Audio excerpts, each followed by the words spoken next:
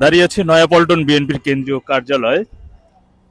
একটা কথা এখন ভীষণভাবে বলতে হয়, এই মুহূর্তে যদি বাংলাদেশে বিএনপি না থাকতো বা বিএনপির কার্যক্রম যদি না থাকতো, তাহলে বাংলাদেশের এই ৭১-এর মহান মুক্তিযুদ্ধ এটি যে কত বড় একটা হুমকির মুখে থাকতো, এটি মানে বলার অপেক্ষা রাখে না। আপনারা জানেন যে প্রধান উপদেষ্টা তিনি জাতির উদ্দেশ্যে ভাষণ দিচ্ছেন আজ ২৬শে মার্চ উপলক্ষে, কিন্তু সেখানে কিন্তু জিয়ার নাম নাই। আর সারা দেশব্যাপী আপনারা দেখেছেন যে সিলেটের একটা জায়গায় আমরা দেখছি যে কি শহীদ মিনারে শ্রদ্ধা জানাতে গিয়ে সেখানে বাধার সম্মুখীন হয়েছে। হ্যাঁ, তো আমি একটু ভাইয়ের সাথে একটু কথা বলবো। ভাই, বিএনপির কোন পদে আছেন একটু বলবেন তো? আমি এখন জিয়া মঞ্চের মহানগর দক্ষিণের যুগ্ম আহ্বায়ক, আগে রাষ্ট্র পরিষদের ছাত্র দলের নেতা ছিলাম। আপনার নামটা? আমার নাম শাকিল আহমেদ। শাকিল আহমেদ। তাহলে এটা তো চিরন্তন সত্য যে এই মুহূর্তে যদি বাংলাদেশে বিএনপি না থাকতো বা বিএনপির কার্যক্রম না থাকতো, তাহলে বাংলাদেশের স্বাধীনতার সার্বভৌমত্ব যে ভয়ঙ্কর রকমের একটা হুমকির পথে চলে যেত বা সেটা যে মুছে ফেলা হতো, এটা কি সত্য কিনা? এটা 100% সত্য। বিএনপি 17 বছর, আমি নিজে 17 বছর এই জায়গাটুকুর মধ্যে পুলিশের দাবর,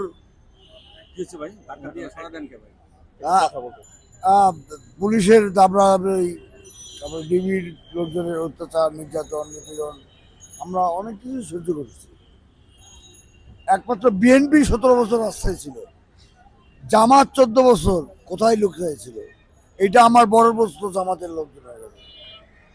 জামাত তো আসলো এই 5 তারিখের পরে বা আগে।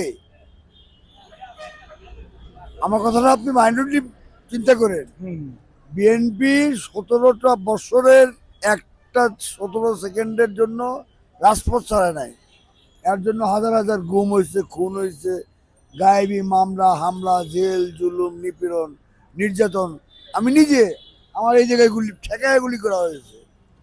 হ্যাঁ, আমাকে রিমান্ডে নিয়ে যায়, আমার মাথায় ইলেকট্রিক শর্ট দেওয়া হয়েছে, আমার ডিভাইস শর্ট দেওয়া হয়েছে। এই জন্য আমার 26শে অক্টোবর গেটে তালা মারতে আসছিল ডিবিরা, আমি তালা মারতে দেই নাই, তাদেরকে গালিগালাজ করছিলাম। এখানে ছিলাম। আপনি ছিলেন না? আপনি তো দেখছেন আমি গালিগালাজ করছিলাম ডিবি এর। আমি রাত্রে যখন বেরিয়ে যাই তখন আমাকে তারা তুলে নিয়ে চলে যায়, নিয়ে যে আমাকে তো গায়েবী করে দিয়েছিল। যাই হোক, অ্যাডমিনিস্ট্রেশনে আমাদেরও তো 2-1 লোকজন ছিল, যার কারণে আমি মানে সেফ পাইছি আর কি, তাহলে আমাকে গুমি করে দিত। কি যেন নামটা বলছিলেন আপনার? আমার নাম শাকিল আহমেদ। শাকিল আহমেদ, একজন ত্যাগী নির্যাতিত নেতা। ঠিক আছে, আপনাকে সাবেক রাজশাহী ইউনিভার্সিটির আমি সাবেক নেতা আর কি, জয়েন্ট সেক্রেটারি, রাজশাহী বিশ্ববিদ্যালয়ের সাবেক ছাত্র দলের মানে 1 নম্বর জয়েন্ট সেক্রেটারি। আচ্ছা, ঠিক আছে, আপনাকে অসংখ্য ধন্যবাদ। উনিও কিন্তু রাজশাহী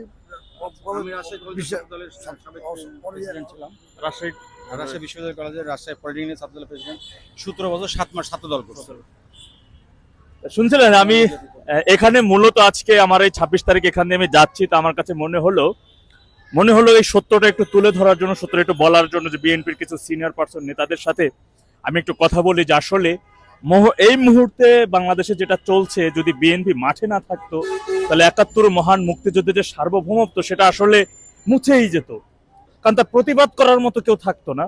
আজকে আমি দেখেছি যে বিএনপির যিনি চেয়ারপারসনের উপদেষ্টা মোহাম্মদ বজলুর রহমান সাহেব, তিনি গতকালকে একটি কান্না বিজড়িত কণ্ঠে আপনি দেখেছেন যে তিনি বলতেছিলেন যে এখন তো আর সেই ৭১-এর গান শুনি না, সেই ৫২-এর ভাষা আন্দোলনের গান শুনি না, কুলহারা এই ঢেউয়ের সাগর পাড়ি দেব রে সেই গানগুলো শুনি না। তিনি কিন্তু কান্নায় ভেঙে পড়েছিলেন। আসলে এই মুহূর্তটাকে আমাদের সকলের উচিত যে বিএনপিরও পাশে দাঁড়ানো, যেন এই ৭১ মহান মুক্তিযুদ্ধের এই সার্বভৌমত্ব কোনোভাবেই যেন কোনো অপশক্তি ধ্বংস করে না দিতে পারে, কোনো অপশক্তি যেন এই স্বাধীনতা সার্বভৌমত্ব আজকে যে একটি ঝুঁকির মধ্যে ফেলেছে সেখান থেকে কিভাবে উত্তোলিত করা যায়, সেজন্য সকলের উচিত বিএনপির পাশে থাকা, বিএনপির পাশে থেকে তাদেরকে আরো শক্তিশালী করা বলে আমি মনে করি।